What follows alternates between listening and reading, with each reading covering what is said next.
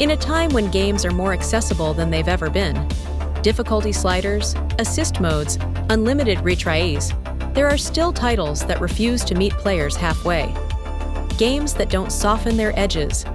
Games that don't apologize for their expectations. Games that don't care how long you've been playing games, only how well you understand this one. These aren't games designed to punish casually. They're designed to test mastery, patience, adaptation, mental endurance, and even in 2026, players are still walking away unfinished. Not because these games are unfair, but because they demand something modern gaming rarely insists on anymore: respect. This is Nova Labs Gaming, and these are the games that are still offering the hardest levels and challenges to beat yet.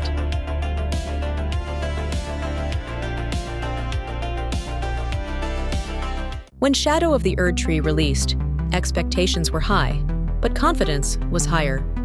Veteran players returned to the lands between carrying years of experience. Optimized builds refined through dozens of patches, hundreds, sometimes thousands, of hours of muscle memory from the base game. On paper, players felt prepared. And yet, the DLC quickly made one thing unmistakably clear. This wasn't about power. Shadow of the Erdtree is designed to dismantle familiarity. It challenges players not by inflating numbers, but by targeting instinct. Bosses delay attacks just long enough to bait early dodges. Combos extend unpredictably, punishing rhythm-based play learned in the base game. Aggression without intent becomes a liability, and panic is met with immediate consequence. Enemy placement is tighter. Ambushes feel intentional. Traversal itself carries risk, forcing players to slow down, observe, and adapt. The world no longer welcomes confidence, it tests it. By the late game encounters, raw stats begin to lose relevance. Damage output matters less than positioning. Survivability depends on spacing, timing, and restraint. Shadow of the Erdtree doesn't just add content to Elden Ring, it strips away comfort. It reasserts the game's core philosophy. And that's why, even in 2026, completion rates remain low. Not because players aren't capable, but because the DLC demands they evolve all over again.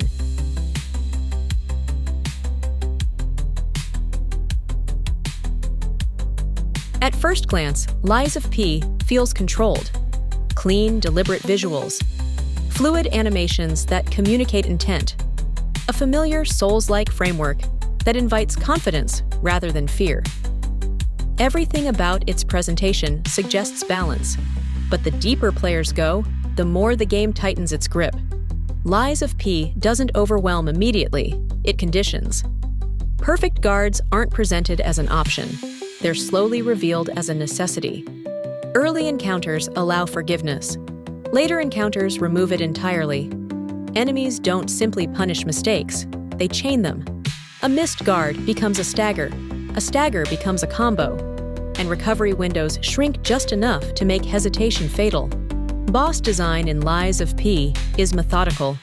Fights are constructed to dismantle familiar Souls-like habits over time. Dodging too often gets players tracked and clipped. Blocking without intention drains stamina and posture simultaneously. Passive play is exposed, not protected. By the final act, many players stall, not because the encounters are unfair, but because the margin for error has narrowed to almost nothing. This is where the game reveals its true demand: precision under pressure. Success no longer comes from raw reaction speed. It comes from understanding timing windows so deeply they feel instinctual rather than conscious. Every parry becomes a commitment. Every decision carries weight. Lies of P isn't hard because it wants to break players. It's hard because it expects mastery and refuses to accept anything less.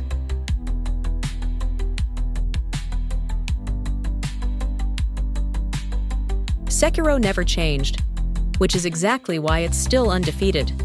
From the very beginning, the game removes safety nets. There are no builds to hide behind, no grinding to erase skill gaps, no alternative strategies to bypass what the game is asking of you. Progress isn't measured in stats, it's measured in understanding. Every enemy encounter is a test of rhythm. Every boss fight is a deliberate exchange, a conversation in steel, timing, and restraint. Sekiro doesn't reward reaction alone. It rewards commitment.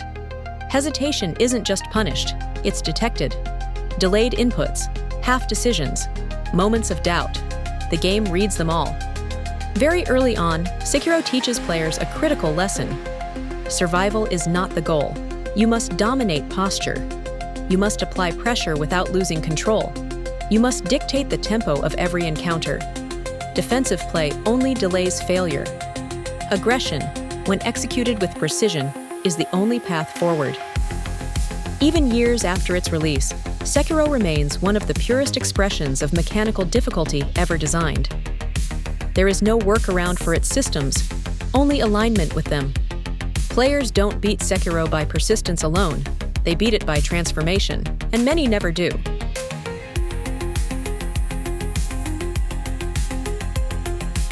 Sifu is compact, which is exactly what makes it relentless.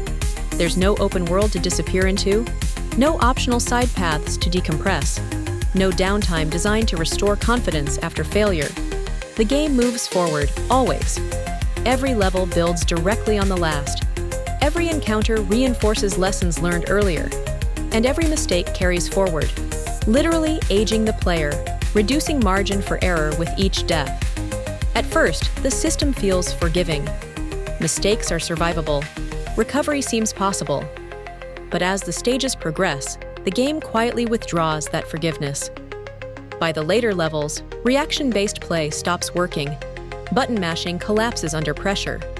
Panic turns into rapid aging. Sifu begins to demand foresight. You must recognize patterns before they unfold. You must control space, manage crowds, and maintain timing simultaneously. Positioning becomes as important as execution. The difficulty isn't about speed, it's about memory. Memory of enemy animations, memory of environmental layouts, memory of your own habits, good and bad. By the end, players aren't just fighting enemies anymore. They're fighting their accumulated errors. Every reckless decision from earlier levels echoes forward.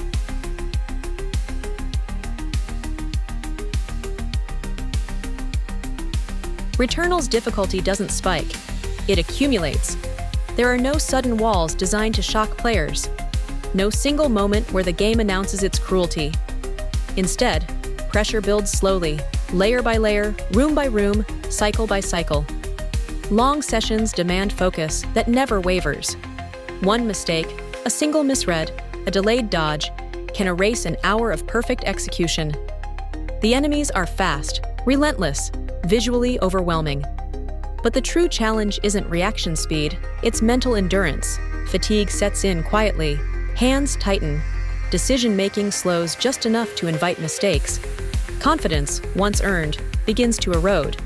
Returnal doesn't punish recklessness, it punishes complacency. Moments of comfort become dangerous. Familiar enemy patterns lull players into risk. And that's when the game strikes. Returnal demands constant awareness, even when everything feels under control. Especially then, the tension never releases. There's no safe plateau, no point where mastery guarantees safety, which is why, even in 2026, so many runs still end unfinished. Not because players aren't capable, but because endurance is harder to sustain than skill.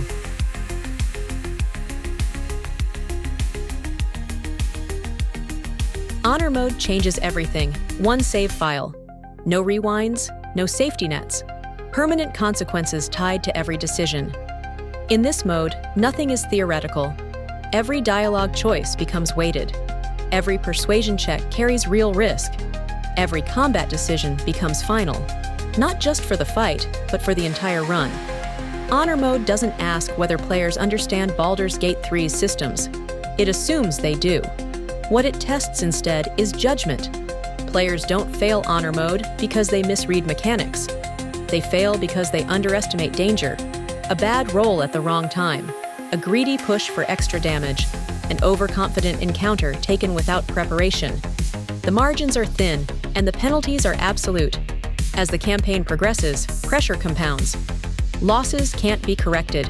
Mistakes can't be softened. Every success carries the tension of what comes next. Honor mode transforms Baldur's Gate 3 from a tactical RPG into a psychological endurance test. where restraint matters as much as strategy. And even experienced players, armed with knowledge and planning, still fall short. Because in honor mode, certainty is an illusion, and risk is always one decision away.